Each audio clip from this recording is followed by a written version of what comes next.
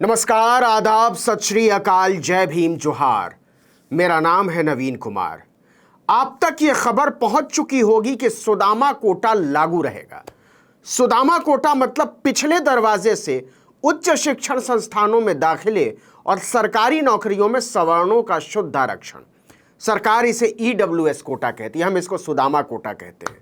आप जानते ही हैं कि तमाम नौकरियों और दाखिलों में इस सुदामा कोटे से आने वाले बुद्धिजीवियों और टैलेंटेड लोगों का कट ऑफ दलितों से भी नीचे है, पिछड़ों से तो नीचे ज्यादातर में है। खैर, खबर पर आते हैं। देश में गरीब तबके के लोगों को उच्च शिक्षण संस्थानों में दाखिले और सरकारी नौकरियों में मिलने वाले 10% सवर्ण आरक्षण को सुप्रीम कोर्ट ने बरकरार रखा है। सुप्रीम कोर्ट के 5 जजों की संविधान पीठ इसकी संवैधानिकता की जांच पड़ताल कर रही थी। इस पीठ की अगुवाई खुद चीफ जस्टिस यूयू ललित कर रहे थे। भारत के पिछड़ों, दलितों, आदिवासियों, मानवाधिकार कार्यकर्ताओं और संविधान पसंद लोगों को यह जानकर सदमा पहुंचा है कि संविधान पीठ ने 3-2 के बहुमत से सुदामा कोटे के पक्ष में फैसला सुनाया है। अब यही सच है कि सुदामा कोटा जारी रहेगा, इस पर कोई सवाल नहीं उठाया जा सकता। लेकिन संविधान पीठ की अगुवाई कर रहे चीफ जस्टिस यूयू ललित ने अपने फैसले में साफ साफ लिखा कि ईडब्ल्यूएस यानी सुदामा कोटा गलत है, अनैतिक है और संविधान की मूल भावना के सरासर खिलाफ है, इसका माखौल उड़ाता है। संविधान पीठ में शामिल जस्टिस एस रविंद्र भट्ट ने भी इस कोटे को गलत करार देते हुए संविधान की मूल भावना के खिलाफ बताया इसको। जस्टिस भट्ट ने इस पर विस्तार से बात करते हुए कहा कि आरक्षण के लिए 50% की तय सीमा का उल्लंघन किसी भी सूरत में नहीं होना चाहिए।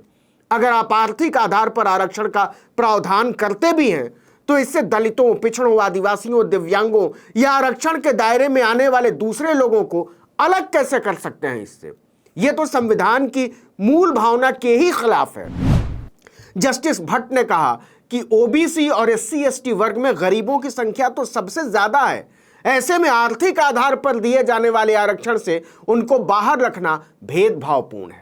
इतना ही नहीं, जस्टिस रविंद्र भट्ट ने सुदामा कोटे की शर्तों को असंवैधानिक करार देते हुए अपने फैसले में लिखा कि यह समानता के अधिकार का उल्लंघन करता है, जिसका वादा संविधान ने हर एक नागरिक से किया है। उन्होंने कहा कि संविधान में सामाजिक और राजनीतिक रूप से पिछड़े लोगों के लिए आरक्षण की बात कही गई है, आर्थिक आधार पर आरक्षण की बात नहीं कही गई है। उन्होंने कहा कि आर्थिक रूप से पिछड़ों की सबसे ज्यादा संख्या ओबीसी और एसटी समुदाय के लोगों में ही है।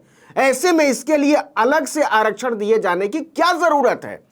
जस्टिस रविंद्र भट्ट ने ईडब्ल्यूएस कोटे को संविधान की मूल भावना के खिलाफ बताते हुए कहा कि यह आरक्षण कुछ वर्गों को गरीब होने के बावजूद बाहर कर देता है और यह भेदभावपूर्ण है।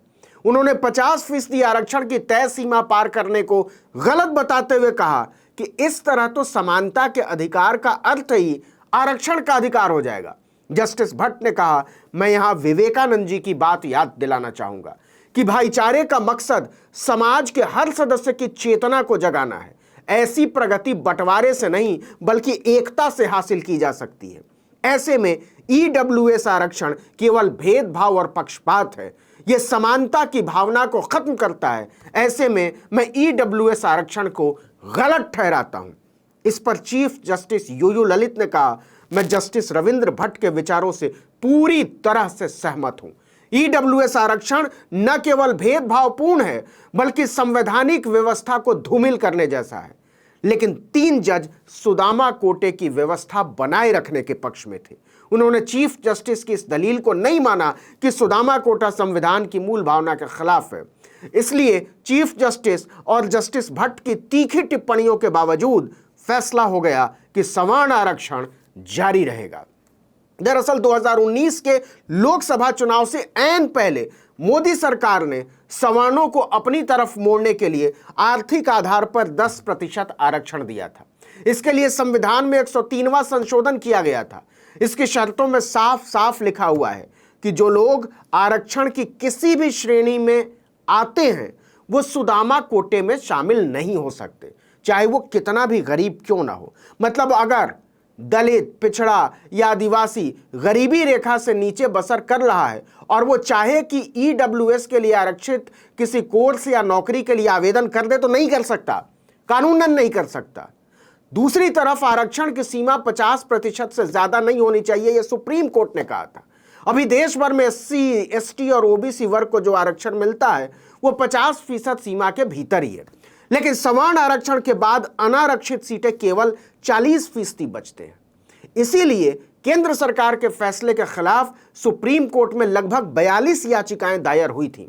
लगभग एक हफ्ते तक दोनों तरफ से अंतिम जिरह चलती रही। इसके बाद सुप्रीम कोर्ट ने 27 सितंबर को अपना फैसला सुरक्षित रख लिया था और अब यह तय हो चुका है कि शुद्ध सवर्ण आरक्षण जारी रहेगा।